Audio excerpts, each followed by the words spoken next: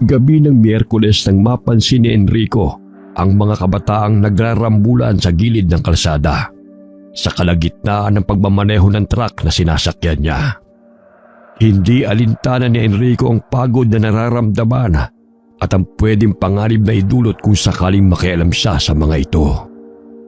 Ipinarada niya muna ang minamanehong truck sa tabi ng daan at saka lumapit sa mga nagkakagulong mga kabataan na tansya niya ay nasa 15 pataas sa mga edad.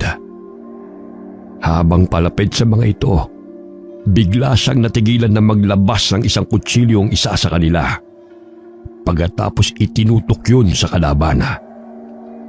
Nahintakutan naman ang kalaban nito na nang magsalita na hinuhaan niya ng miyembro pala ng LGBTQ ang pinupunterian ng mga ito dahil sa ayos at malamyang galaw. Namagitan na rin siya sa mga ito para hindi na lumala ang gulo. Pero tila walang naririnig ang lalaking may hawak ng kutsilyo.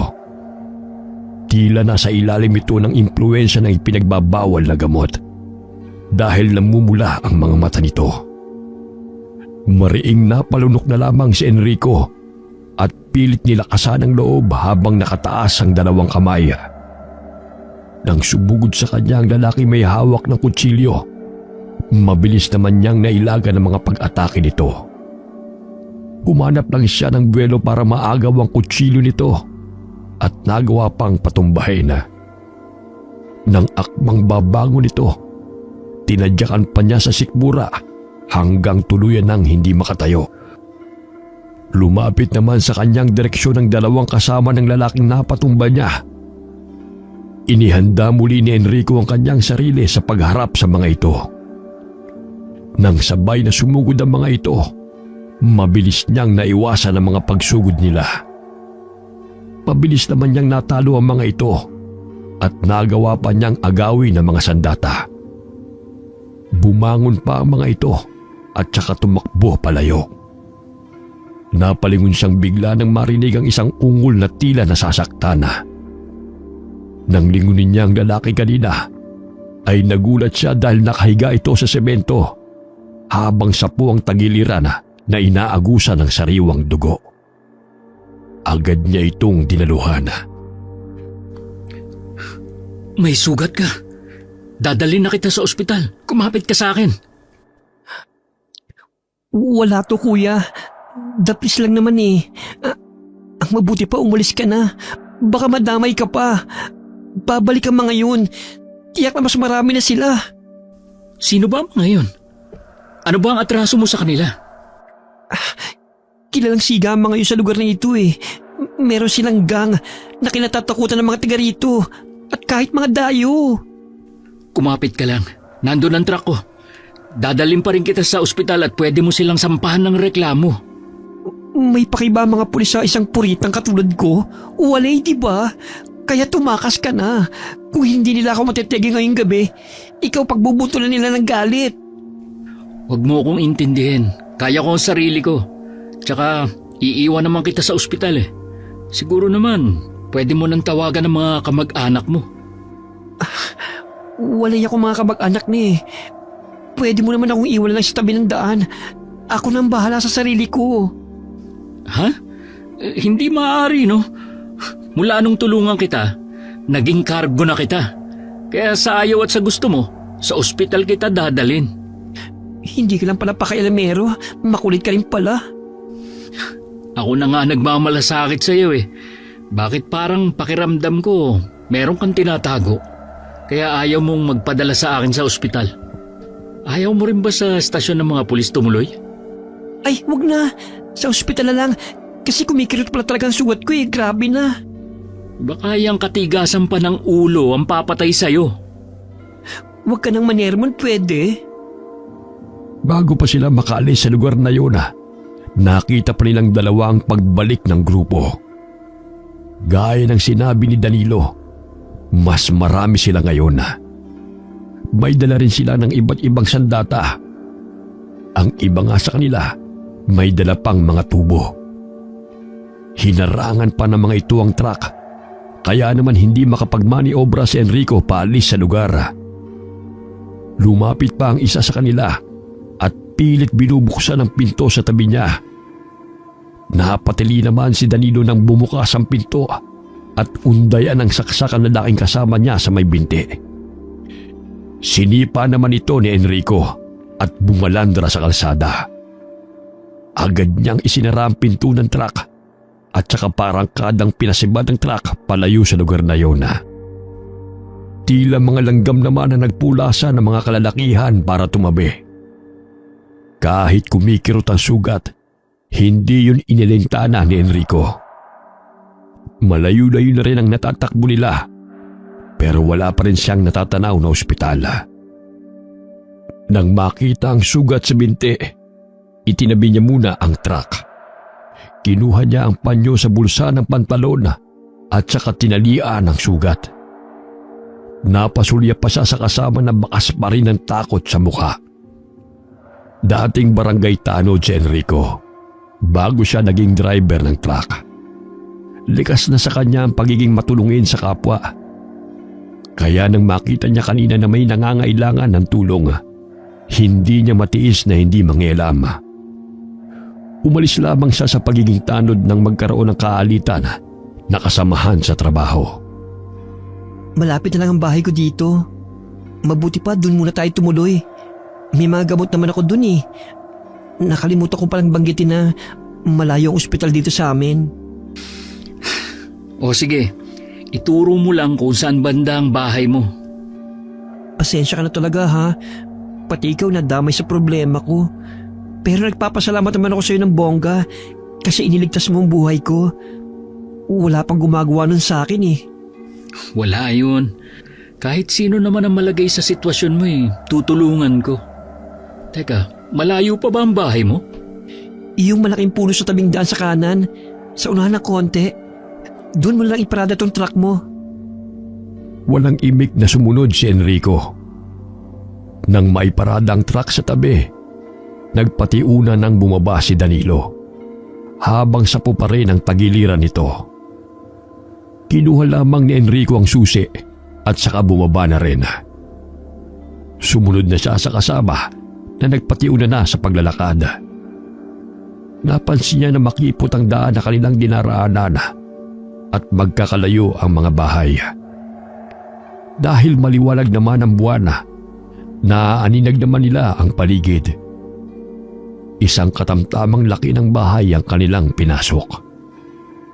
Dati itong bahay ng namayapa kong lolo. Walang nakakaalam dito kaya hindi nila tayo matutunton. Wala bang taong nakatira dito? Wala. Pero meron nagpupunta rito para maglinis. Maupo ka muna dyan. Kukunin ko lang yung gamot. Nasan nga pala mga magulang mo? Bakit hinahayaan kanilang masangkot sa mga taong yun? Huwag ka na maraming tanong. Buti na yung wala kang alam tungkol sa akin. Ito yung gamot. Kaya mo naman sigurong gamutin ang sugat mo. Oo naman. Gamutin mo na rin ang sugat mo. Baka ma-impeksyon pa yan. Ako nang bahala sa sugat ko. Sa kwarto ko lang gagamutin. Siya nga pala. Dito ko na magpalipas ng umaga. Kahit dun man lang makabawi ako. Munti ko na makalimutan. Ako nga pala si Danilo. Pero Danny na lang. Ikaw? Ako naman si Enrico. Salamat ulit Enrico. Maiwan na muna kita ha. Gusto sanang makipagkamay ni Danilo sa lalaki, pero nag-alangan siya. Mukha kasi itong suplado. Noon lang din niya naisip na nagpatuloy siya ng estranghero sa bahay niya. Kahit tinulungan pa siya nito, hindi pa rin niya lubusan na kilala ang lalaki. Nagpaalam siya na papasok na sa kwarto niya. Kinuha na niya ang maliit na kahon ng sapatos kung saan nakalagay ang mga panlinis ng sugat. Habang nasa loob ng kwarto, hindi niya maiwasan na mag-alala sa kinasangkutang gulo. Ngayon sana ang uwi niya sa probinsya para dalawin ang mga kamag-anak niya. Hindi rin niya malaman kung nasaan ang cellphone niya. Tiyak na kanina pa siya tinatawagan ng mga ito. Dahil sa pagod at antok, hindi na namalaya ni Danilo na makakatulog siya. Kinabukasan, tilaok ng manok ang nagpagising kay Danilo. Nang maalala ang nangyari ng nagdaang gabi, bigla siyang napabalikwas ng gising. Agad siyang lumabas ng kwarto at nakita niyang mahimbing pa rin ang tulog ni Enrico sa may sofa. Pumunta na lamang siya sa kusina para magsalang ng tubig. Habang hinihintay ngang kumulo ang tubig, nakatingin lamang siya sa kawalan. Madilim pa rin ang mga sandaling yun dahil alas 5 pa lamang ng umaga. Ilang sandali pa, nagising na rin si Enrico. Nagpaalam ito na titignan lang ang truck nito. Pasipul-sipul pa siya habang patungo sa pinagparadahan ng truck nito. Nakasunod naman ang tingin sa kanya si Danilo. Nang matiyak na ayos lamang ang truck niya, bumalik na rin siya sa bahay ni Danilo. Inalok pa siya nitong magkape habang naghahanda ng almusal nila. Mabuti na lamang may natira pang itlog at tuyo sa kabinet. Nang may luto yun, akma na sanang tatawagin ni Danilo ang kasama ng matigilan. Bigla kasing nalaglag sa bulsa ng suot niya ang isang pulang tela. Mababaw lamang kasi ang bulsang kinalalagyan nito. Napatingin naman dito si Enrico. Napakulot ang noon niya nang makita ang bagay na yon. Bakit kami ganyan? Anting-anting ba yan? Anting-anting nga ito. May alam ka rin pala sa mga ganito? Bigay lang sa akin to eh. Ay, nakalimutan kong itanong. Kumusta lang sugat mo? Ayos na. Gas-gas lang naman to. Yung sugat mo? Sabi ko naman sa'yo malayo to sa bituka eh. Pwede na nga ulit akong rumampa eh. Meron sana akong gustong itanong eh. Tungkol sa anting-anting mo. Sino nagbigay sa'yo? Ha? Bakit pa interesado ka sa tangan kong anting-anting? Naniniwala kasi ako sa mga anting-anting at sa taglay nitong kapangyarihan. Laking probinsya kasi ako eh. Ganun ba? Ang totoo niyan, galing ito sa lolo ko na isa ring albularyo nung araw. Tanging ito lamang pinamana niya sa akin. Sayang nga lang eh, hindi ko na ipagtapat sa kanya na ang paborito niyang apo, isa palang binabae. Sa totoo lang, nakakatuwa ka magsalita. Talaga bang wala nang pag-asa na maging lalaki ka? Tignan mo nga ako, meron ba namang lalaki na naka-pink na headband at pink din ang damit? Oo nga, wala na nga sigurong pag-asa na maging lalaki ka. Kailangan ko na rin palang umalis kaagad. Tiyak na mananagot ako sa amo ko nito. Kasi hindi ko pa na-i-deliver yung mga furniture sa kliyente namin. Tatawagan ko lang muna si boss ha.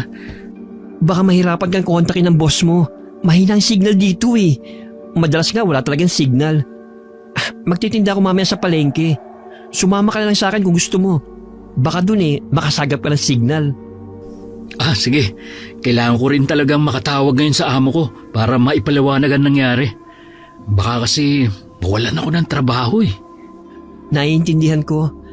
Mabuti pa kumain na tayo para makalakad na rin kagad tayo. Nakitulog na nga ako. Nakikain pa ako. Nakakahiya naman sa'yo. Naku, maliit na bagay lang to kumpara sa ginawa mong tulong sa akin. Sige na, kumain na tayo. Nang matapos sila sa pagkain, kahit makirot pa ang sugat, pinilit na rin ni Danilo ang sarili para makapagtinda ng gulay sa palengke. Kailangan niya pang magtungo muna sa pamilihang bayan para kumuha ng mga ititindang gulay sa araw na yon. Bago sila umalis, muling tinignan ni Enrico ang truck niya. Pero ganun na lamang ang gulat niya nang makitang parehong flat ang gulong sa unahan. May malaking hiwa pareho ang mga ito. Dismayado naman siya dahil sa nangyari. Lalo tuloy siyang kinabahan na baka yun na ang huling biyahe niya sa trabaho. Kahit naaawa sa kanya si Danilo, wala naman itong magawa sa nangyari sa truck niya. Pagdating sa pamilihang bayan, agad namang nakontak ni Enrico ang amo. Ngunit matinding sermon ang inabot niya rito. Humingi naman siya ng dispensa sa nangyari. Mabuti na lamang, binigyan pa siya ng pangalawang pagkakataon na. Basta kailangan daw niyang madala ang karga ng truck sa kanilang kliyente. Dahil sa naging problema ni Enrico, hindi agad siya nakaalis sa lugar na yon hanggang abuti na naman siya ng dapit hapon. Pagka-uwi sa bahay ni Enrico, noon niya naramdaman ang pananakit ng ulo sa kinasangkutang gulo. Nag-aalala naman siyang nilapitan ng lalaki. Ayos ka lang ba? Para ka kasing namumutla dyan eh. Huwag mong sabing mahihimatay ka. Masakit yung ulo ko. Para akong nasusuka na. Pakiramdam ko kasi hinahalo ka yung tiyan ko. May gamot ka ba dyan? Meron ako rito. Teka, tingin ko sa'yo para kang nausog. May kinausap ka ba kanina? Oo eh. Kanina kasi may lumapit sa akin na matandang kuba. Kanina habang kausap ko siya, parang may kakaiba nga sa kanya. Sino nga Shonda? Nakilala mo ba kung sino siya? Ang lugar naming ito, hindi katulad sa ibang bahay na napuntahan mo na. Hindi. Pero kilala mo daw siya. Sa'yo daw siya kumukuha ng mga paninda. Meron pa nga siyang sinasabi kanina pero hindi ko maalala kung ano. Parang wala naman akong natatandang Shonda kumuha sa akin ng paninda. Ano ba itsura ng matandang sinasabi mo? Tingin ko nasa 60 na rin ang edad niya eh. Puti na ang buhok niya. Tsaka kuba nga siya. Sa itsura pala mukhang pangit na eh. Sorry pero wala akong suking Shondang pangit. Malamang siya ang nakausog sa'yo. Napansin ko lang na kakaiba yung titig niya sa akin kanina. Basta, ang hirap ipaliwanag. Baka mamaya hindi lang nausog ng matandang yun. Uso pa naman ang kulang dito sa amin. O kaya yung tinatawag na tatak ng aswang.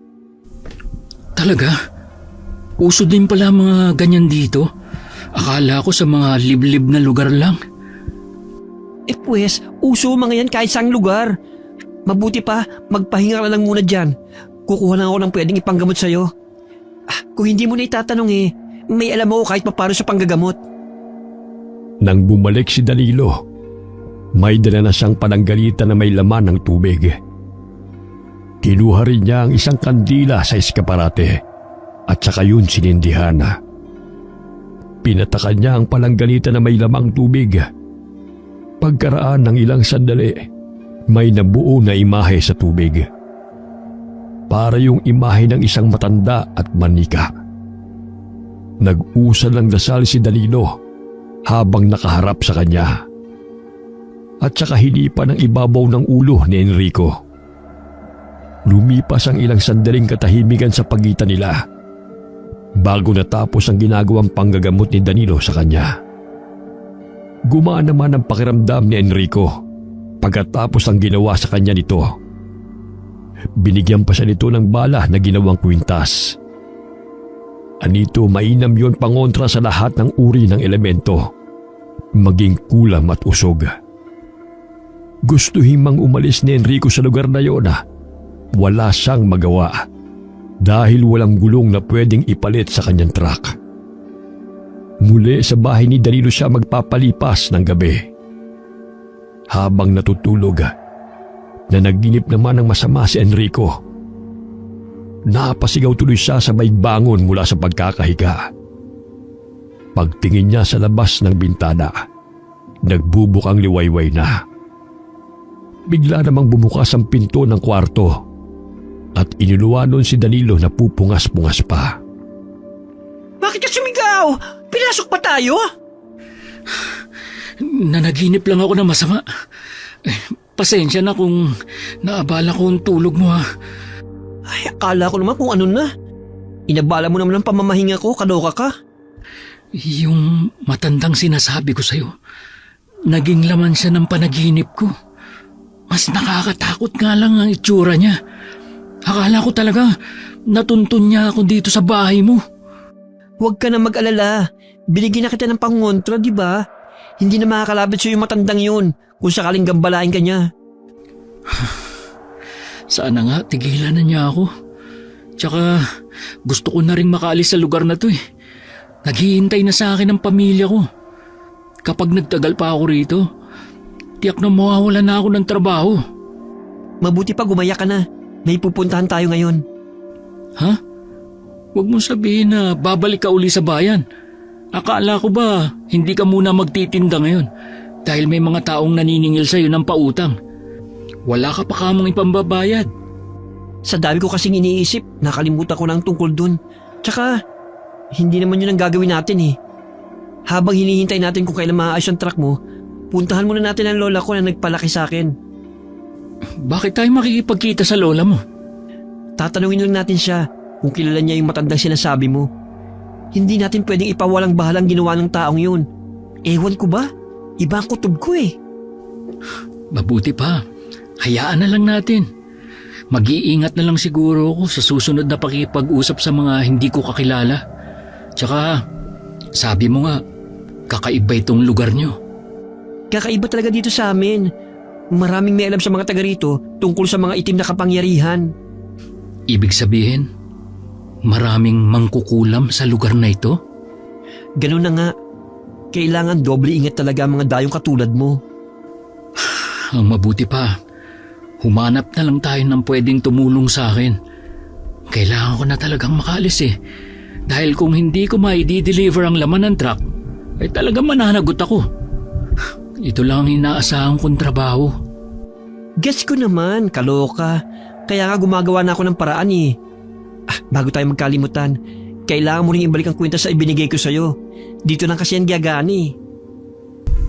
Oo, wala naman akong balak ang kininto. Tinitignan naman ni Enrico ang kwintas na nasa leeg. Mula nang isuot niya yon, may kakaiba na siyang nararamdaman. Tila ba naging malakas ang kanyang pandama? Baka may orasyon din yung taglay. Nang umagang yon, tinignan niya muli ang truck. Tiniyak na nakalak yun bago iniwan. Halos galugarin na niya ang buong lugar para makahanap lang ng taong tutulong sa kanya para mapalitan ang 2 gulong. Sa kanyang pagkadismaya, malaking halaga ang hinihingi sa kanya ng taong nahinga niya ng tulong. Magmumula daw kasi sa kabilang bayan ang gulong na ipapalit sa truck niya. Dahil sa pag-aasikaso sa truck, hindi na rin siya sumama kay Danilo sa pupuntahan nito. Gabi na nang maayos ang gulong ng truck. Gustuhin man niyang umalis na, tila may kung anong pumipigil sa kanya. Naisip niya na baka isa yung babala. Kaya naman nagpasya siya na kinabukasan na lamang umalis. Maaga din siyang gumayak at gano'n na lamang ang gulat niya nang mauna pang sumakay ang binata. Oh, bakit ka sumakay? Huwag mong sasabing sasama ka sa akin. Magpasalamat ka lang na sasamahan kita ngayon. Gusto ko kasing ligtas kang makaalis sa lugar namin. Hindi na kailangan, no? Sa totoo lang, ang laki na ng utang na loob ko sa'yo. Magmula nang ginamot mo itong sugat ko, pati na ang pagpapatuloy mo sa akin sa bahay mo.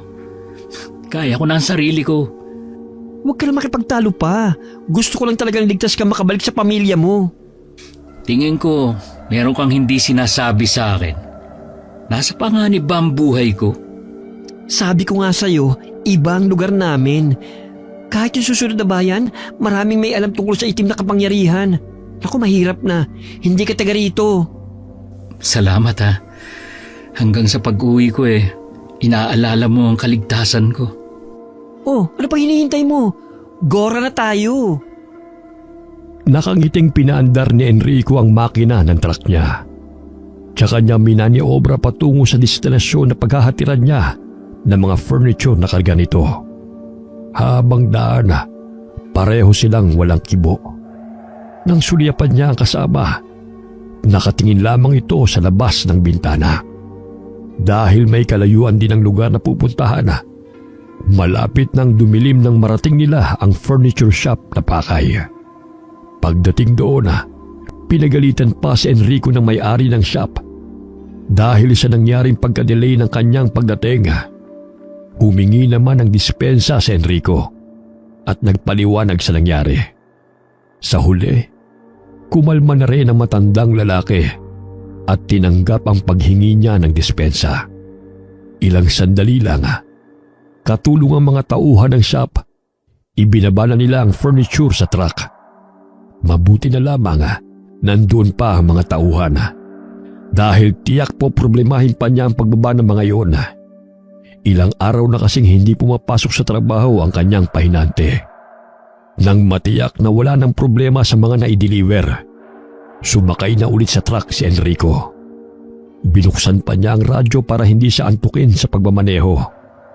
Nang sulyapan niya ang kasama, mahimbing na itong natutulog. Madilim na rin sa kanilang dinadaanan. Wala man lang kahit isang poste ng ilaw.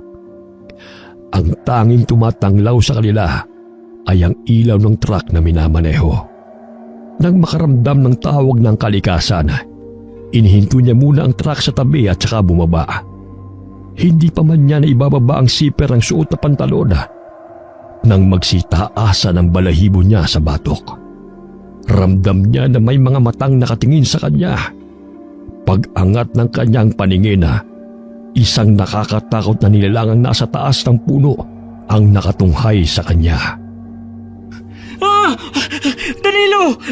Danilo! May aswang! Gumising ka! Ha? Nasaan? Doon! Sa taas! Sa taas ng puno! Nakakatakot ang anyo niya. Parang may dugo pang tumutulo sa bibig niya. Mabuti pang umalis na tayo sa lugar na ito. Baka tayo pang gawing hapunan ng aswang na yan. Oo, alis na tayo. Ayaw pa umandar nitong truck. Ha? Kumuha ka ng paraan. Hindi tayo pwede magtagal sa lugar na ito. Umandar ka. Pakiusap naman, makisama ka naman ngayon. Diyos ko po, huwag niyo pong hayaan na mapahamak kami. Marami pa po akong gustong gawin sa buhay ko. May balak pa po ako sumali sa mga beauty pageant balang araw. Yes! Umandar na rin sa wakas. Salamat naman. Ay, ano yun? Parang may kupalubog sa taas ng bubungan ng truck. Ay, bilisan mo! Baka nasa taas lang ang aswang. Bibilisan ko ang patakbo ko para mahulugan nila lang na yun. Mabuti na lamang walang ibang sasakyan sa kalsada. Teka, nasa na ba tayo? O hindi? Nandito pala tayo sa sinasabi ng pugad ng mga aswang. Bakit mo naman naisipan na dito dumaan? Paano ko malalaman na delikado palang dumaan dito? Eh, tulog ka. Kaya wala akong mapagtanungan eh. Siguro lumigo ka sa magkasangang daan, no? Tama nga ako. Nandito tayo ngayon sa lugar kung saan sinasabing pugod ng mga aswang. Kapag minamalas ka nga naman, tama nga talaga sabi nila. Walang may dudulot na maganda kapag may kasama kang bakla. Mula na magkakilala tayo, puro kamalasan na lang nangyari sa akin eh. Ano ka mo? Malas ako? Aba, sinabi ko bang makialam ka sa akin nung gabing yun, ha? Ikaw naman tong kusang tumulong sa akin, ha? Tapos ngayon, ako ang sisisi mo sa mga kamalasan mo sa buhay? Kaloka ka, ha? Naghahanap buhay lang naman ako para sa pamilya ko. Bakit kailangan ko mapasok sa ganitong gulo? Hindi ko alam kung naniniwala ka sa tadhana. Pero nakatakda talaga magtagpo ang mga landas natin. Kailangan ko makauwi ng ligtas sa pamilya ko. Ano man mangyari. Oo na, makakauwi ka ng buot ligtas sa pamilya mo. Manalig ka lang. Puntahan natin yung albularya na kakilala ko. Diretso mo lang ang daan na yan. Tapos lumiko ka sa kaliwa pagdating sa dulo. Wala na tayong pupuntahan pa. Kung gusto mo, ikaw na lang ang pumunta sa kakilala mong albularya. Makinig ka sa akin. May palagay ako kahit saan ka magpunta, susundan ka ng aswang na yun. May palagay akong matandang kuba na nakausap mo ay nilagyan ka niya ng tatak para masundan ka kahit saan ka magpunta. Gusto mo ba kapag umuwi ka sa inyo, pati pamilya mo madamay? Natigilan naman si Enrico sa kanyang narinig. Bahagya pa niya itong sinulyapan bago ibinalik muli ang tingin sa harapan ng kalsada. Ayaw niyang mapahamak ang pamilya at madamay sa kamalasan na dala-dala niya. Kaya naman sumama na siya kay Danilo sa bahay na sinasabi nitong albularya. Sa isang makipot na daan at halos puro punong naglalakihan ang nasa tabi. Isang maliit na bahay na yari sa tabla at kahoy ang nakita nilang nakatirik sa malawak na solar. Unang bumaba si Danilo. Binuksan niya ang tarangkahan na yari sa kawayan at saka nagpatiuna ng pumasok. Nilingon pa siya nito at sumenyas na sumunod dito. Kumatok si Danilo sa nakapinid na pinto. Bumukas naman yun at lumabas ang isang matandang babae na hanggang bewang ang mahabang buhok. Kapansin-pansin din ang suot nitong medalyona. Hinagod pa si Enrico ng mapanuring tingin bago pinapasok sa loob ng bahay. Tahimik naman na inilibot ni Enrico ang buong bahay habang naghahanda ng maiinom ang matandang babae. May nakasabit na iba't ibang uri ng lumang agimat sa apat na sulok ng bahay ng albularya. Nang bumalik ang matandang babae, naupo na rin si Enrico sa tabi ni Danilo. Bakit bigla kayong napasugod ng ganitong 10 oras ng gabi? Saan kayo galing ng kasama mo, Danny? Huwag mo sabihin ng lalaking ito ay nobyo mo. Naku po, nagkakamali po kayo ng iniisip. Pamilyadong tao po ako. Ako po si Enrico, kaibigan ni Danny. Tama po siya. Nandito po kami para humingi ng tulong sa inyo. May palagay po kasi ako na nalagyan ng tatak ng isang matandang kuba tong kaibigan ko eh. Kung hindi po siya nausog, malamang po ay natatakan siya ng aswang para sunod na biktimahin. Kanina po may nakita akong aswang. Hindi po kaya hanggang dito nasundan niya kami. Ay, tama nga ako kung ganon. Nung dumating kayo, alam ko na agad na may nakasunod sa inyo na hindi nating kauri. Huwag kayong mag-alala. Ligtas kayo sa pamamahay ko.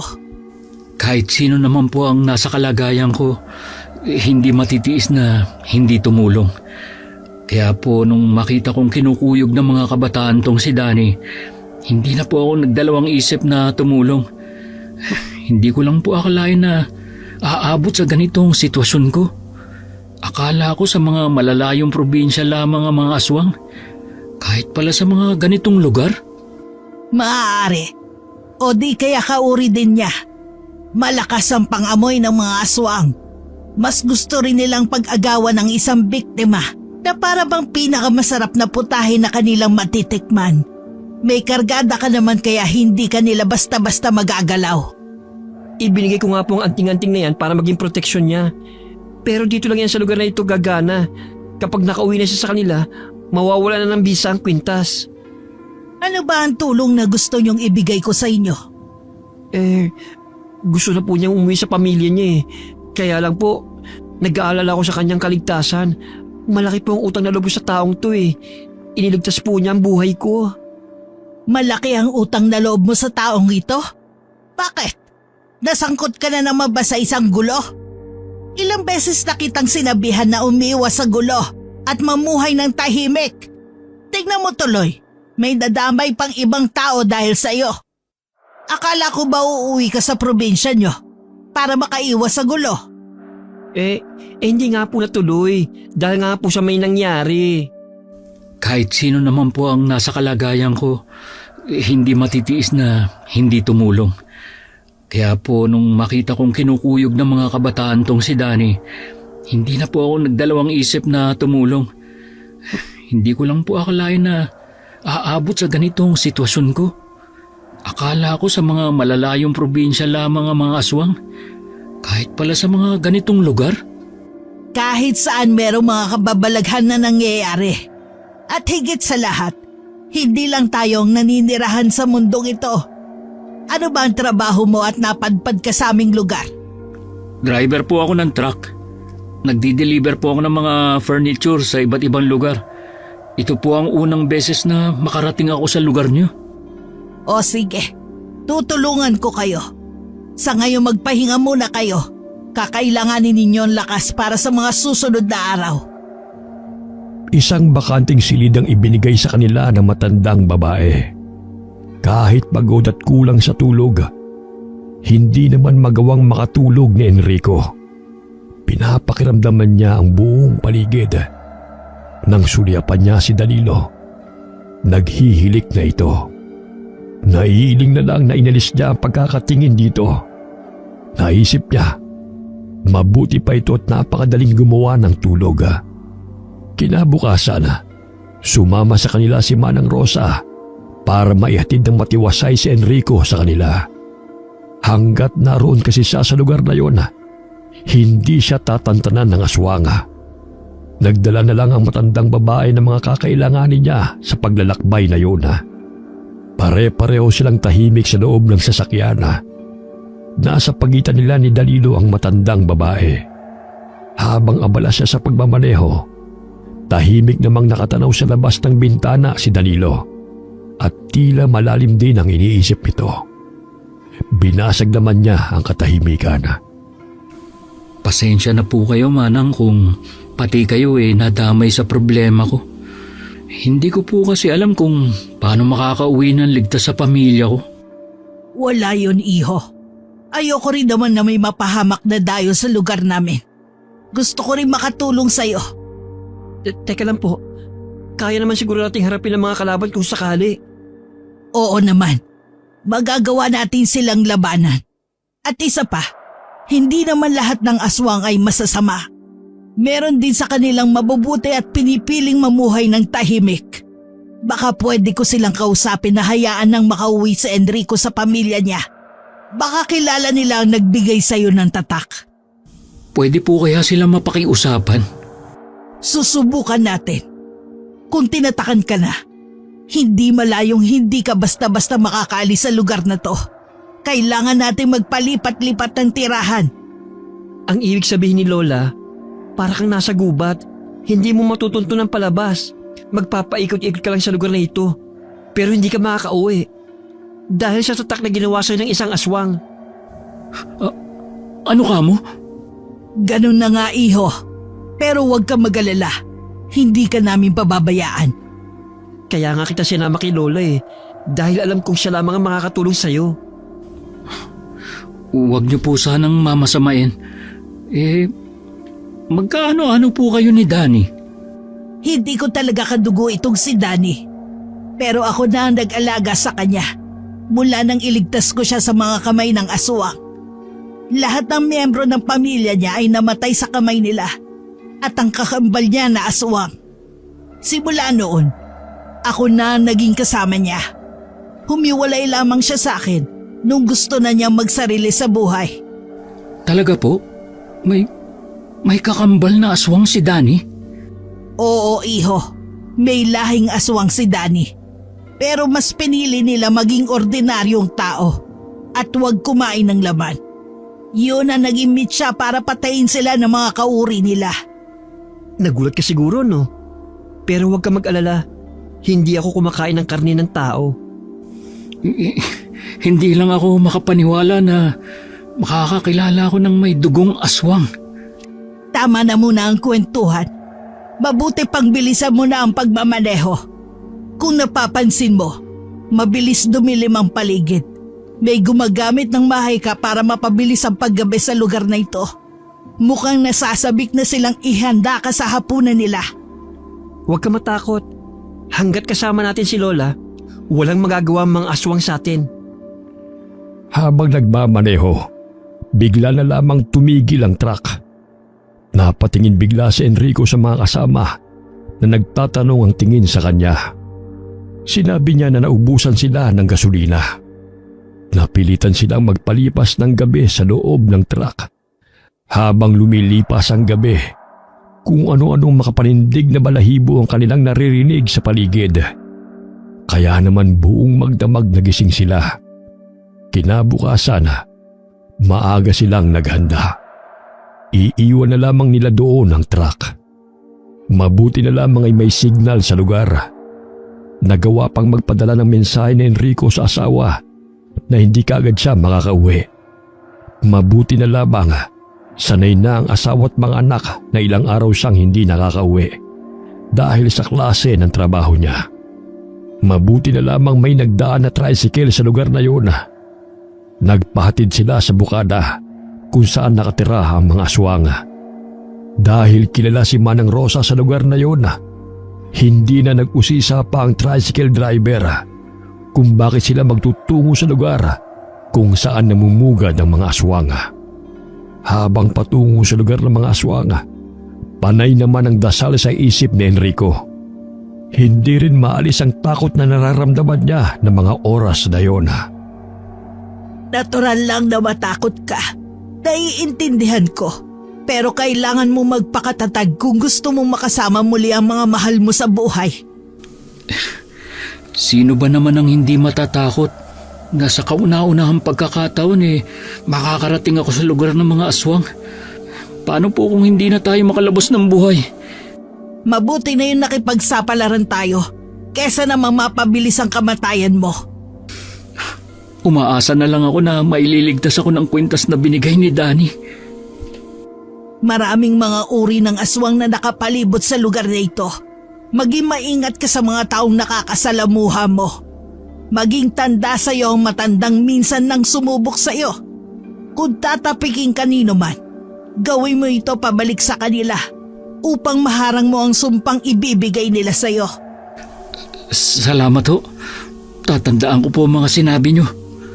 Magsipaghanda kayo. Malapit na tayo sa mga bahayan. Kanina pa po ako handa. Ako na rin po ang bala kay Kuya Enrico. Babantayan ko po siya. Paano kaya nila tayo haharapin? Parang ordinaryong tao lang ang mga anyo nila. Sa gabi lang naman sila nagbabago ng anyo eh. Depende sa kung anong klaseng aswang sila. Mag-ingat ka rin, Danny. Huwag mong aalisin ang kargadang ibinigay ko sa'yo. Hindi ka dapat nila maamoy na may dugong aswang ang nananalitay sa'yo. Alam ko po yun. Lagi naman po ako nag-iingat eh. Nandito na tayo. Maging magalang pa rin kayo sa pakikitungo sa mga tao rito. Oo, may mga tao pong palapit sa atin. Isang matandang lalaki ang lumapit sa kanila. Matiim ang pagkakatitig nito sa kanila na tila binabasa ang mga kaloob-looban nila. Nakipagtagisa naman sa kanila ng titig si Manang Rosa. Ilang sandali lang, nagpakilalang leader ang matandang lalaki. Tinanong rin nito ang kanilang sadya. Hindi naman nagpatumpik-tumpik pa si Manang Rosa at sinabi ang kanilang sadya. Nag-usap sila na sila lang ang nakakaalam. Pagkatapos noon, pinatuloy na sila sa isang kubo na malayo sa karamihan. Kapansin-pansin ang kakaibang titig na ibinibigay ng mga taga roon sa kanila. Lalo na kay Enrico. Yung iba sa kanila hindi maiwasan na maglaway. Nabatid kaagad ni Enrico na puro aswang nga talaga ang nakatira sa lugar na yon. Habang nasa loob ng kubo, hindi maiwasang sumilip ni Enrico sa labas. Nagulat pa siya nang makita ng iba sa mga taga roon ay nakabantay sa kanila. Ang iba'y nasa taas ng puno habang nakatingin sa kubo kung nasaan sila. Nang sulyapan niya si Manang Rosa, nakapikit ito habang may hawak na pulang tela sa kamay at may inuusal itong salita. Sumenya sa kanya si Danilo na huwag maingay. Ilang sandali lang, natapos na rin ang pagdadasal ni Manang Rosa. Anting-anting po ba yung hawak ninyo? Pwede ko po bang hawakan? Hindi maaaring hawakan ito ng ibang tao. Ay, ganun ho ba? Pasensya na po. Nadala lang ako. Ano po ang nakabalot sa pulang tela? Mula ito sa puno ng nara na bihirang mahanap. Dahil ito mismo maghahanap ng taong karapat dapat na magmay-ari nito. Simula po na makasama ko kayo, marami na akong nalaman na dati akala ko mga pawang kathang isip lamang. Maging mapagmatsyag kayo sa paligid ninyo. Hanggat hindi ko nakakausap muli ang leader nila, hindi dapat tayo pakampante. Oo nga. Nandyan lang sila sa paligid. Naghihintay lang ang mga yun ng hudyat kung kailan nila tayo aatakihin. Parang nawawalan na ako ng pag-asa na makakalabas pa ako ng buhay sa lugar na ito. Isang pagkakamali yata na nagtungo pa tayo rito. Dadaan muna sila sa ilalim ng bangkay ko bago kanila makuha. Salamat po sa tulong nyo. Pero handa na po ako kung sakaling may masamang mangyari sa akin. Pero lalaban po ako hanggang sa huli.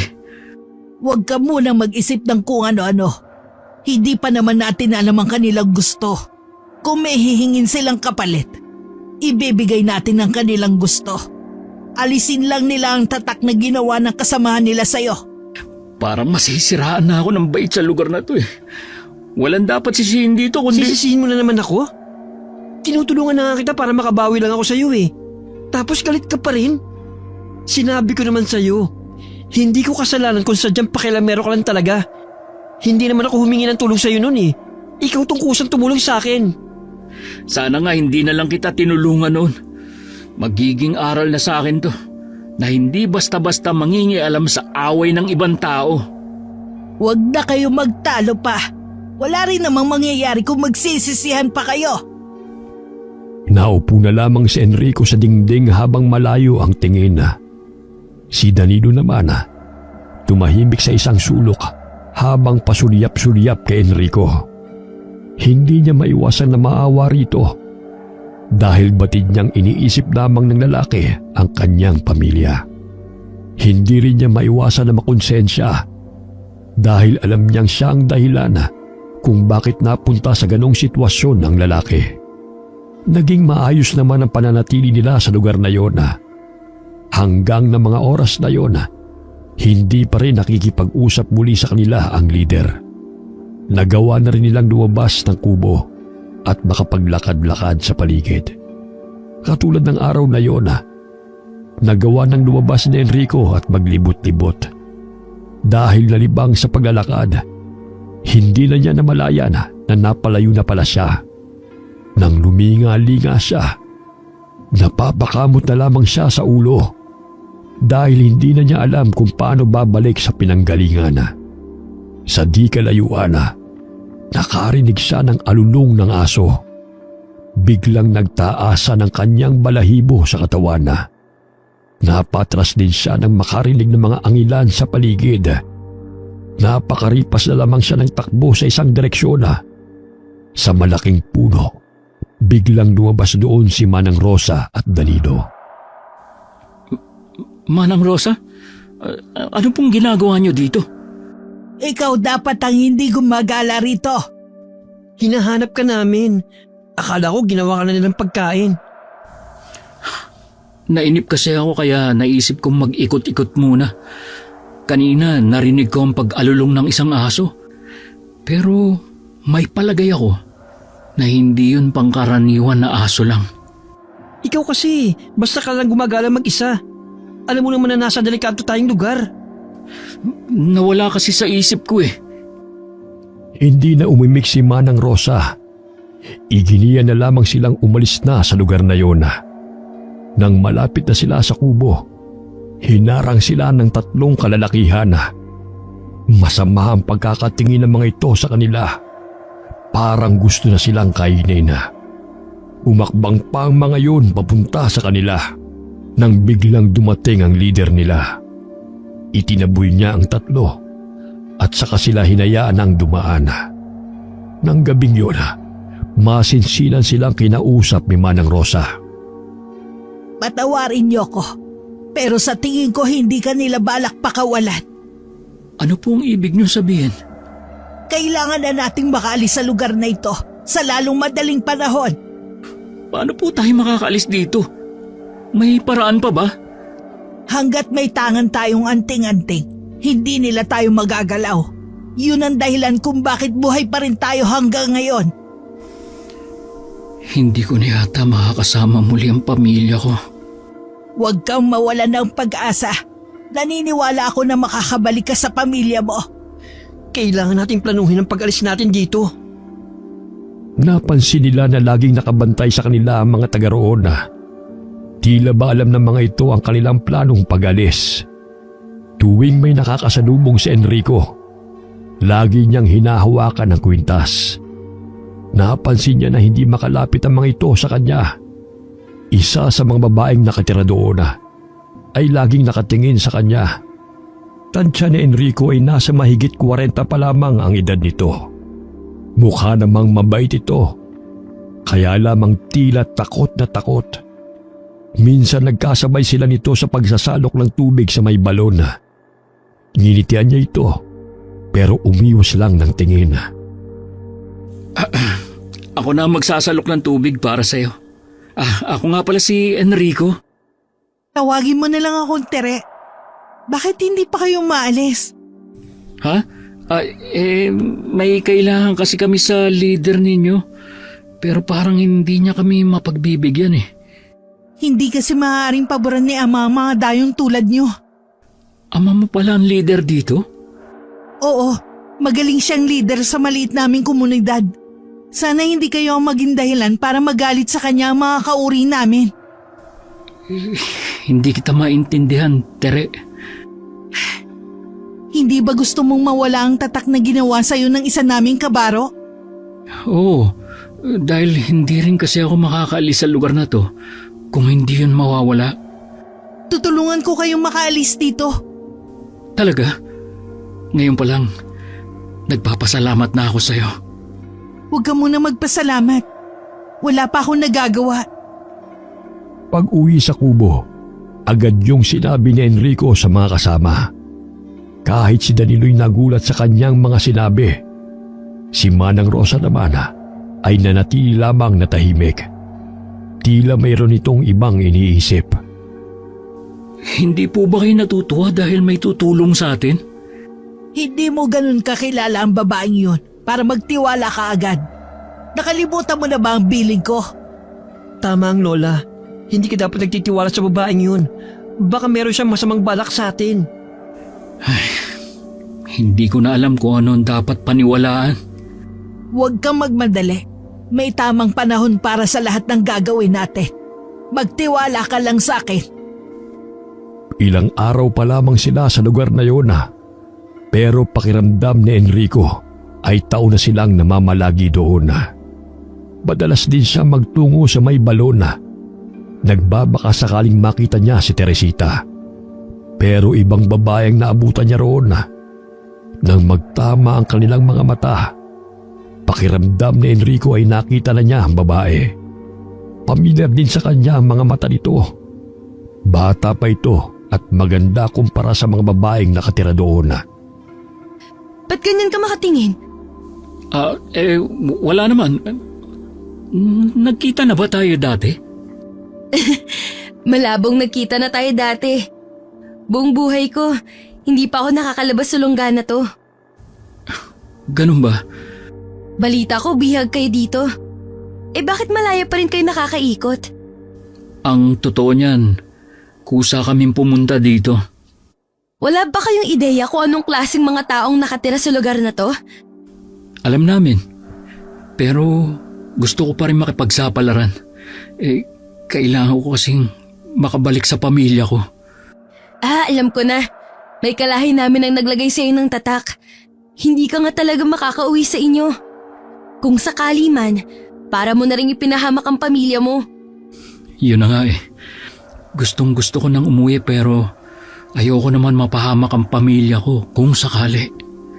Pasensya ka na. Wala akong maitutulong sa inyo. Tutulungan naman kami ni Teresita. Kaya nga lagi ako nagpupunta dito eh. Nagbabaka sakaling makita ko siya. Huwag kang magtitiwala kay Tere. Hindi siya mabait katulad ng iniisip mo. Ha? Anong ibig mo sabihin? Wala na akong masasabi pa. Kung ako sa'yo, huwag mo nang hintayin si Teresita. Hindi muna umuwi si Maria sa kanila. Naisip niyang puntahan si Teresita sa bahay nito. Naabutan pa niya itong nagtatadtad ng mga karne ng mga tao.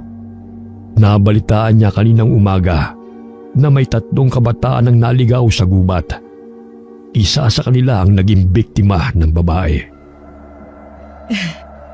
Kanino ko utang ang pagbisita mong to sa akin? May sadya sana ako sa'yo. Kung kukulitin mo na naman ako tungkol sa pamilya mo, nagsasayang ka lang ng oras sa pagpunta mo rito. Nangako ka sa akin na kapag sinunod kita, ipagtatapat mong tungkol sa nalalaman mo sa pamilya ko. Maria, kami na ang pamilya mo.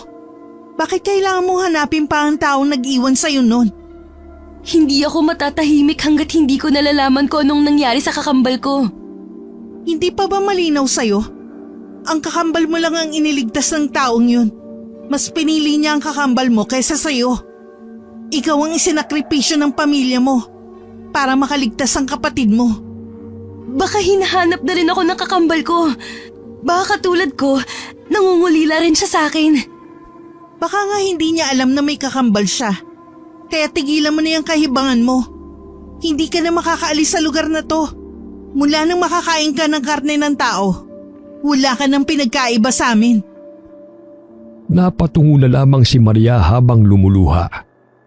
Umalis siya sa bahay nito na walang nalaman tungkol sa kakambal na inaasam-asam niyang makita at makasama.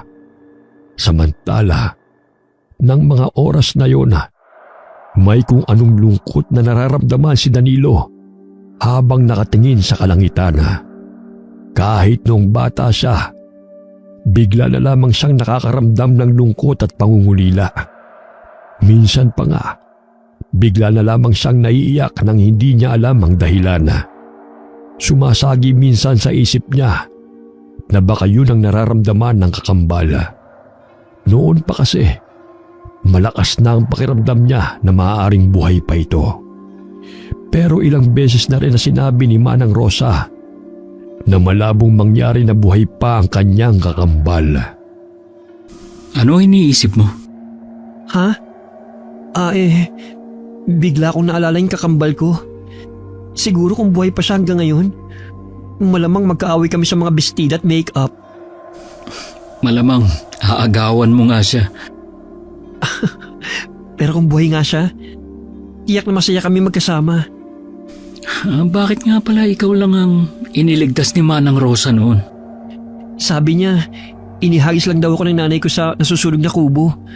Nung ihagis na rin palabas yung kakambal ko, dumating na yung mga aswang at hindi na nagawa ng inay na mailabas ang kakambal ko. Nakita pa ni Lola nang kalad ka rin palabas sa nasusunog na kubo ang mga magulang ko at umiiyak yung kapatid ko. Ilang taon kayo nung mangyari yon? 3 taon pa lang, kaya wala rin ako maalala. Pasensya ka na noon kung nasisi kita. Nadala lang ako ng galit at takot na baka nga hindi ko na makita pa ang pamilya ko. Wala yun, naiintindihan naman kita eh. Salamat naman at hindi ka tuluyang nagalit sa akin. Sa pag-uusap nilang yun ni Danilo, tuluyan nang nawala ang inis niya rito. Naaawa pa nga siya nang malaman ang kwento kung paano napahiwalay ito sa pamilya. Tinapik pa niya ito sa balikat para ipabatid na naroon lamang siya para dito. Nang gabing yun, napakaalinsangan ng panahon. Silang dalawa lamang ni Danilo ang nasa kubo. Lumabas kasi kanina si Manang Rosa para kausapin ang lider ng mga aswanga. Hanggang na mga sandaling yun ay hindi pa rin ito bumabalik. Ang tagal naman ni Manang Rosa bumalik. Ano ba ang mahalagang pinag-uusapan nila? Ngayon lang siya natagalan sa pakikipag-usap sa lider ng mga aswang. Hindi maganda ang kutob ko. Sana naman walang masamang nangyari sa kanya. Kilala ko si Lola. Hindi yun basta magagapi ng mga aswang. Sana naman makagawa na nga ng paraan si Manang Rosa. Gusto ko na talaga makaalis sa lugar na to Hindi lang ikaw naiinip na makaalis na dito. May iba nga pala ako. Hindi ba sabi mo tutulungan tayo nung Teresita? Oh, hindi ba siya nagpapakita sa'yo? Huwag na tayong umasa sa kanya. Mukhang tama kayo. May ibang plano ang babaeng yun. Yun din kasi sabi ni Maria Maria? Sino naman yun? Taga rito din siya. Halos kaidaran mo nga lang siya Talaga? Ang pagkakataon nga naman, Maria din kasi ang pangalan ng kakambal ko Talaga? Maganda nga siya kumpara sa ibang kababaihan dito. Basta, may kakaiba sa kanya na mahirap ipaliwanag. Ikaw Oh, nandito na pala ang Lola. Bakit ngayon lang po kayo? Ay, mahaba kasi ang naging pag-uusap namin. Ano po? Pumayag na siya?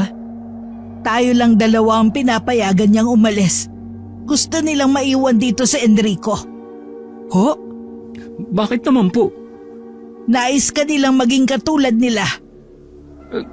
Gusto nilang maging aswang din ako? Oo, gusto kasi nilang magparami ng lahi nila sa'yo. Ano po ang sinagot niyo? Hindi ako pumayag. Aalis tayo ng sama-sama sa lugar na ito. Bago yun, kailangan mo nang mawala ang tatak na ginawa sa'yo. Salamat po. At hindi niyo hinayaan na mangyari ang gusto nila. Ano ka ba? Hindi gagawin ni Lola yun. Tsaka, parang pamilya na tayo dito. Kahit kailan ka lang namin nakasama. Salamat sa inyo. Naging masalimuot man ang nangyari sa akin. Pero nagpapasalamat pa rin ako. Dahil kayong nakasama ko sa ganitong sitwasyon. Naku, tama na nga ang drama na ito. Baka mamaya magkakaiyakan pa tayo rito. Nang sumunod na gabi, napansin ni Enrico at Danilo ang kakaibang ikinikilos ni Manang Rosa. Malimit itong tumingin sa kalangitana, partikular sa buwan. Pakiramdam ni Enrico ay may pinaplano ito na hindi sinasabi sa kanila.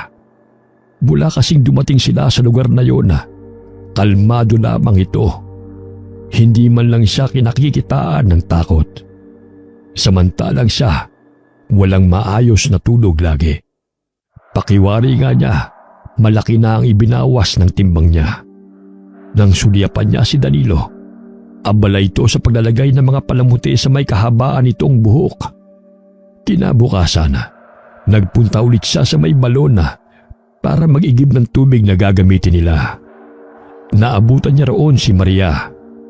Ngumiti siya rito, pero blankong tingin lamang ang iginanti nito. Hindi pa rin kayo nakakagawa ng paraan kung paano makakaalis dito? Hindi pa eh. Habang tumatagal kayo dito, lalong nalalagay sa panganib ang mga buhay nyo. May tiwala ako na makakaalis din kami dito. Ang lakas naman ng bilib mo sa sarili mo. Hindi naman. Sadyang may tiwala lang ako sa mga kasama ko. Lalo na kay Manang Rosa. Manang Rosa? Oo. Hindi ka ba nagtataka kung bakit hindi kami magalaw ng mga kasama mo? Dahil may alam siya kung paano kayo malalabanan. Isa ba siyang antingero? Oo. At isang albularya. Maaari kaya niya akong matulungan? Mukhang nag-iba ata ihip ng hangin . Seryoso ako. Gusto kong humingi sa kanya ng tulong. Anong klaseng tulong ang kailangan mo? Gusto ko kasing makaalis sa lugar na to. May gusto kasi akong hanapin. Sino? Sino ang gusto mong hanapin? Ang kakambal ko. Ano? May kakambal ka? Oo. Nagkahiwalay kami ng mga bata pa lamang kami. Siya lang nailigtas noon ng isang kaibigan ng nanay namin. Anong pangalan ng kapatid mo? Danilo ang pangalan ng kapatid ko. Hindi maaari. Ang pagkakataon nga naman. Anong binubulong mo dyan? May palagay ako na kilala ko ang kapatid mo. Ano? Kilala mo ang kakambal ko? Nasaan siya ngayon? Sabihin mo! Kailangan ko muna makatiyak kung tama nga ako. May balat ako sa bandang puso. Ganon din siya. Yun ang palatandaan namin. Hindi ako sigurado kung meron din siyang balat. Nakikiusap ako sa'yo. Dalhin mo ako sa kanya. Ang tagal kong pinanabikan na makaharap ang kakambal ko. Pero, di ba aswang ka? Oo, pero napilitan lang ako na kumain ng karne ng tao. Dahil sa panlilin lang ni Teresita. Sabi niya kasi, sasabihin niya sa akin ang nalalaman niya tungkol sa pamilya ko. Pero nagsinungaling lang siya sa akin. Kailangan ko munang kausapin si Danilo sa bagay na ito. Nandito siya? Kasama mo siya? Oo, kasama ko siya. Nakikiusap ako. Gusto ko siyang makita. Hindi makapaniwala si Enrico na siya pa mismo ang makakakilala sa inaakalang namatay na kakambal ni Danilo. Tulala pa siya nang bumalik sa kubo nila. Nadatnan niyang nag-uusap ang dalawa Ngumiti pa si Danilo nang makita siyang parating. Hindi naman alam ni Enrico kung paano sasabihin dito ang natuklasan. Bakit ang tagal mo naman bumalik? Oh, nasaan ang tubig? Nandun pa sa may balon. Anong pinag-uusapan niyo? Si Lola na magpapaliwanag sa'yo. Humanda kayong dalawa. May labanan na magaganap mamayang gabi. Labanan? Oo, mamayang gabi may susugod dito ng mga magkukulam. Sasalakayin nila ang lugar na ito. Doon pa, mainit na ang dugo ng mga mangkukulam sa lugar na ito dahil sa mga aswang. Hindi ba nabagit ko na sa'yo dati na may mga gumagamit ng itim na kapangyarihan sa lugar namin? Halos kalahati ng mga tao rito ay may dugong mangkukulam naman. Meron din sana akong sasabihin sa inyo eh. Ano yun? Ang kakambal mo, Danilo. Buhay siya at nandito rin siya sa lugar na ito. Anong sinabi mo? Totoo bang buhay si Maria? Paano mo siya natagpuan? Aksidente lang po ang pagkakatuklas ko. Gusto niyang makaharap si Danilo para makatiyak na ikaw nga ang hinahanap niyang kakambal. Totoo ba talagang buhay pa ang kakambal ko? Mamaya, pupuslit siya papunta rito. Salamat naman, buhay pa pala siya. Akala ko namatay na siya noon. Nakulong siya sa lugar na ito. Nilinlang din siya ni Teresita para kumain ng karne ng tao. Sa kabila ng pagiging aswang niya, umaasa pa rin siyang buhay ka at magkikita kayo. Nasasabik na ako makita siya. Mabuti pang tayo lang pumunta sa kanya. Hindi maaari. Masyadong delikado ang gagawin mo. Tama si Enrico. Baka mamaya mapurnada pa ang planong paglusob ng mga mangkukulam dito. Baka makatunog pa sila. Hintayin na lamang natin siya. Parating na rin yun. Saktong kalat na ang dilim sa labas nang dumating si Maria. Unang kita pa lamang nila sa isa't isa ni Danilo. May kung anong damdamin na silang naramdaman sa isa't isa. Tila yun ang tinatawag na lukso ng dugo. Agad na napaluha si Danilo at inilang hakbang ang pagitan nila. Mahigpit niyang niyakap ang kakambal. Kumalas rin siya kaagad dito at ipinakita ang balat sa tapat ng dibdib. Wala nang ang duda na sila ang kambal na napawalay sa isa't isa sa mahabang panahon. Parang maiiyak din si Enrico sa tagpong yun. Kaya naman lumapit na lamang siya sa may bintana at dumungaw sa labas. Ang ganda mo, sis. Mas maganda ka pa sa akin. Pero mas makinis ako sa'yo. Hindi ako makapaniwala na magkikita pa tayo. Akala ko, pabubulok na ako sa lugar na to nang hindi ko man lang nalalaman ang totoong nangyari sa'yo. Hindi na ako papayag na magkahiwalay pa tayo. Kasama ka naming aalis sa lugar na ito. Gusto ko sana kaya lang isa na akong aswang. Wala akong pakialam kung aswang ka na ngayon. Tanggap kita kahit ano ka pa. Ang mahalaga sa akin, magkasama na tayo at hindi na magkakahiwalay pa. Salamat ha. Sa wakas, natuldo ka na rin ang pangungulila ko sa'yo. Muling nagyakap ang dalawa habang patuloy sa pagluha. Naiiyak na rin si Manang Rosa pero masaya siya na nagkita na ang kambal. Samantala, napatitig naman si Enrico sa himpapawid. Marami kasi siyang nakikita ng mga tila ibon. Kinurap-kurap pa niya ang mga mata at muling tumitig sa mga lumilipad. Doon niya napagtanto na hindi ibon ng mga yon, kundi mga tao na nakasakay sa walis. Hindi niya maiwasan na mamangha sa nakikita niya. Nilingon niya ang mga kasama at itinuro ang mga nakikita. Lumapit naman si Manang Rosa at tumabi sa kanya. Magsihanda kayo! Mag-uumpisa na ang laban! Anong laban? Huwag kang lalayas sa tabi ko, sis. Parating na mga mangkukulam dito sa lugar niyo. Talaga? Magagawa kaya nilang talunin ng mga aswang? Oo naman, magtiwala ka lang. Sasama ba kayo sa laban? Hindi na. Sasamantalahin natin habang abala sila. Tatakas naman tayo. Ilang sandali lang maririnig na sa labas ang mga angilana. Nag-umpisa na rin ang laban sa pagitan ng mga aswang at mangkukulam na matagal nang may galit sa mga aswang na naninirahan sa lugar na yun. Itinuro naman ni Maria kung saan maaaring dumaan nang hindi sila nakikita. Ngunit biglang humarang sa kanila si Teresita. Matalim ang pagkakatingin nito sa kanila. Pagkatapos kitang kupkupin, ito pa ang igaganti mo sa amin. Isa kang traidor sa lahi namin. Kailanman hindi ko ginusto na maging kauri ninyo. Pabayaan mo na kami makalis sa lugar na ito. Paano ang kasama nyo? Hahayaan nyo na lang bang nasa kanya pa rin ang tatak ng aswang? Oras na matalo ang aswang na gumawa nun sa kanya, tuluyan na rin maglalahong tatak na ginawa niya. Sa tingin mo, madali kaming matatalo ng mga mangkukulam na umaatake ngayon? Oo naman, mas may tiwala ako sa kanila kesa sa inyo.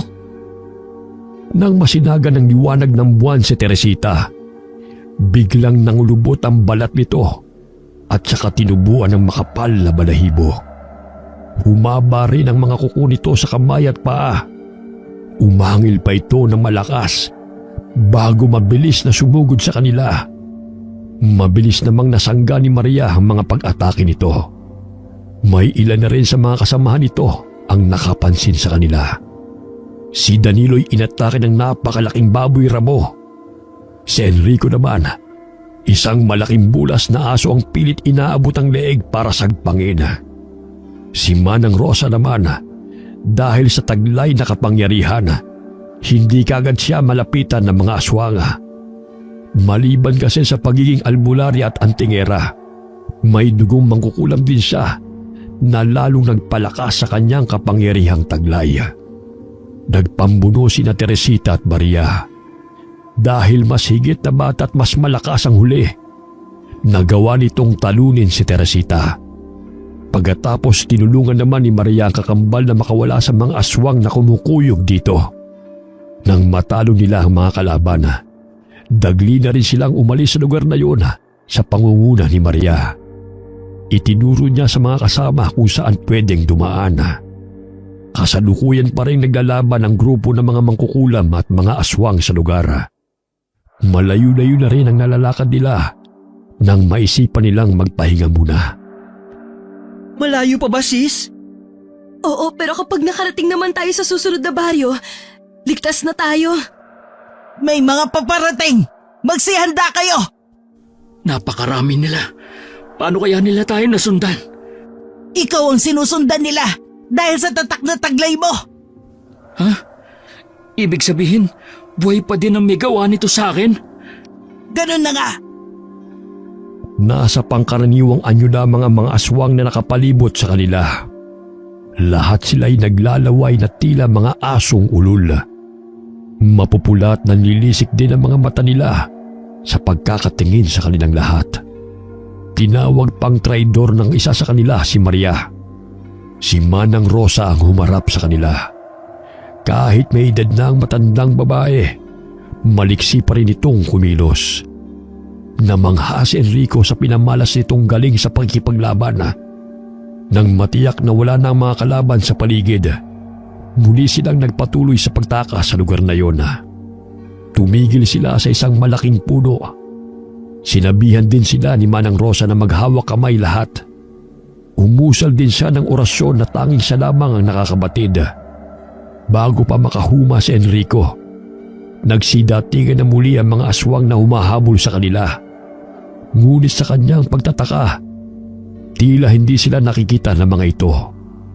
Nang makalis ang mga yon, tsaka lamang nag-usisa si Enrico. Bakit hindi nila tayo nakita? Gumagamit ako ng orasyon para hindi tayo makita. Pwede ba tayo magpahinga sandali? Pagod na talaga ako eh. May sugat din po ang kakambal ko. Kailangan po niya magamot agad. Ako na ang bahala sa kanya. Magbantay kayo sa paligid. Hindi ba delikado na magtagal pa tayo dito? Delikado pa rin dahil teritoryo pa rin namin ang lugar na to. Pero kailangan muna natin gamutin ang sugat ng kakambal ko. Malalim ang sugat mo sa braso, Danny. Itatali ko muna para maampat ang pagdurugo. Kaya mo bang maglakad, Dani? Pwede rin naman na buhatin kita. Ayos lang ako. Kaya ko na maglakad mag-isa. Konting panahon na lang. Makakasama mo na ang pamilya mo. Salamat sa inyo. Utang ko sa inyo ang lahat. Huwag ka munang magpasalamat. Hanggat hindi nawawala ang tatak sa'yo, hindi ka pa rin ligtas. Sana naman matalo na ang matandang kuba na yon na nagbigay sa akin ng tatak. Kilala ko ang matandang kuba na tinutukoy mo. Gawain na niya talagang lagyan ng tatak ang mga dayo na kukursunadahan niya. Nandito ba siya? Oo, dito rin sa lugar namin siya namamalagi.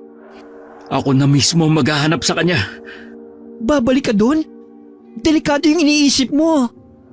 Kahit pamatalo ng mga mangkukulam ang ibang mga aswang dito, hanggat buhay ang matandang kuba na yon, hindi ako makakawala sa binigay niyang tatak. Tama si Enrico. Mauna na kayong dalawa. Sasamahan ko lang siya para matapos na ang suliranin na kinakaharap niya. Pero Huwag mo nang hahayaan na magkahiwalay kayong dalawa. Walang nagawa ang magkapatid kundi ang sumunod sa sinabi ni Manang Rosa. Batid naman ni Danilo na hindi siya makakatulong dahil sa kalagayan niya. Habang tumatagal, kumikirot lalo ang sugat niya. Nasundan pa ng tanaw ng kambalang papalayong sina Manang Rosa at Enrico. Nang mawala sa paningin nila ang dalawa, saka lamang sila naglakad palayo. Samantala, marami pang nakasalubong ng mga kalaban sina Manang Rosa at Enrico. Mabuti na lamang malaking tulong din sa kanya ang suot na kwintas para hindi kagad siya maubusan ng lakas. Malapit na sila sa kubo kung saan sila tumigil ng ilang araw nang mapansin nila ang mga nagkalat na katawan sa lupa. Ang ilan sa nakahandusay ay sinisibasib ng mga aswang. Halos bumaliktad ang sikmura ni Enrico sa nasasaksihan. Hindi maganda ito. Mukhang matatalo ang mga mangkukulam na umatake rito. Ano po ang gagawin natin? Kailangan na nating makita ang aswang na nagbigay sa'yo ng tatak. Hindi na nakasagot pa si Enrico nang makarinig sila ng malakas na angli sa bandang likuran nila. Paglingon nila, ang matandang nakilala niya noon na nagbigay sa kanya ng tatak ay nasa harapan na nila ngayon. Bahagya namang nakaramdam ng takot si Enrico dito. Mabangis kasi ang anyo nito habang nakangising nakatingin sa kanya. Mukhang nakikilala rin siya nito. Mabilis sila nitong sinugod. Tinamaan ng mahahabang kuko nito ang kaliwang dibdib ni Enrico. Napaigik na lamang siya habang sapo ang sugat. Agad naman siyang dinaluhan ni Manang Rosa. Ayos ka lang ba, iho? Opo, ang lakas niya. Ang kwintas ko, nawala. Baka napatid nang atakihin ka niya. Ibinigay pa naman yun ni Danny. Tsaka mo na isipin ang tungkol sa bagay na yan. Harapin muna natin siya. Kahit matindi ang kirot na nararamdaman sa sugat, tumayo na rin si Enrico. Umusal naman ng orasyon si Manang Rosa. Nang muli itong umatake, nagawa nilang umiwas. Makailang beses ding nasugatan si Enrico bago nila nagapi ang kalaban. Ipinaubayan na rin niya ang pagpaslang dito kay Manang Rosa. Yun lang kasi ang tanging paraan para mawala ang tatak na ibinigay nito sa kanya. Pagkatapos doon, umalis na rin sila roon kahit hindi pa tapos ang laban sa pagitan ng mga aswang at mga mangkukulam. Sa wakas, natapos na rin. Umuwi na tayo. Tsak na hinihintay na nila tayo. Sa bahay ni Manang Rosa sila tumuloy. Nagbubukang liwayway na makauwi sila. Masaya naman silang sinalubong ng kambala. Ginamot naman ni Danilo ang mga sugat ni Enrico. grabe, buti na buhay ka pa sa lagay nito. Masamang damo eh. Pero sa totoo lang, sobra kami nag-alala sa inyo.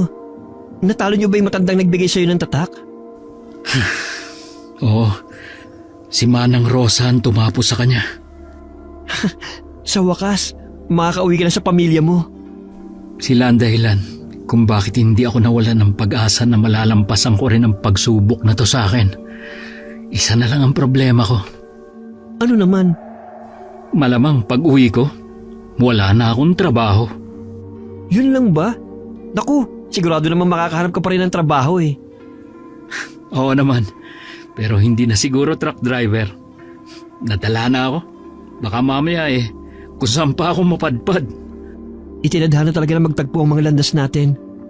Biruin mo, sa dami ng taong pwedeng tumulong sa akin, ikaw pa talaga. Nagpapasalamat pa rin ako dahil kayo ang nakasama ko. Gusto ko rin magpasalamat sa'yo. Ikaw ang naging tulay para muli kami magkasama ng kakambal ko. Maraming salamat sa'yo, Kuya Enrico. Tatanungin ko habang buhay ang ginawa mong tulong. Wala yun. Masaya ako na pagkatapos ng maraming taon, magkasama na kayo.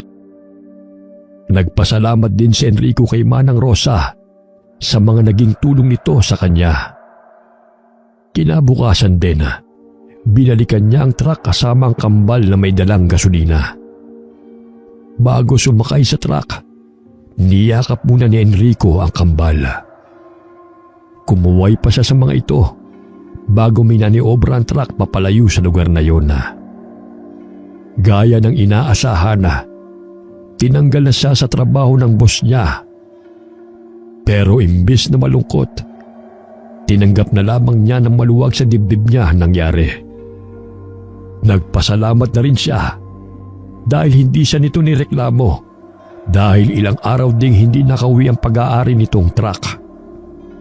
Ikinuwento rin niya sa asawa ang naging karanasan sa lugar kung saan may nakatirang mga mangkukulam at mga aswanga.